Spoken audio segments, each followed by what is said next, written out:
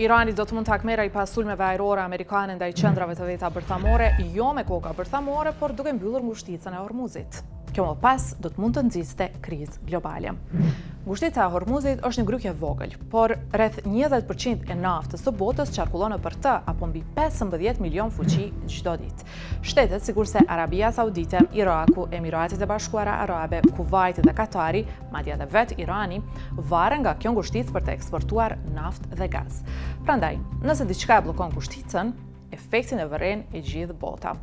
Irani ka kërcënuar me mbyllje të ngushticës edhe në të kaluarën, dhe teknikisht mundet ta bëjë këtë, duke e bërë kalimin në për të shumë të rrezikshëm ose edhe duke ndalur përkohësisht mallrat.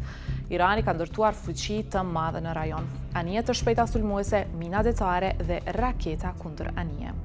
Për të treguar seriozitetin, Irani ndër vite ka kryer stërvitje dhe me raste i ka penguar anijet.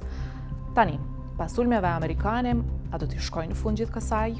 Ja cili është rreziku. Marina amerikane dhe aleatet e saj e patrullojnë nga afër ngushticën. Nëse Irani do të tentonte ta mbyllte atë plotësisht, do të mund të nxiste përgjigje ushtarake. Pastrimi i minave dhe rinisja e qarkullimit do të kthehej në prioritet global. Edhe një mbyllje e vogël do t'i rriste çmimet e naftës, ndoshta deri në mbi $100 për fuqi. Kjo do të rezultonte me çmime shumë të larta të gazit, më shumë inflacion dhe vështirësi ekonomike, jo vetëm në lindjet të mesme, por në gjithë botën.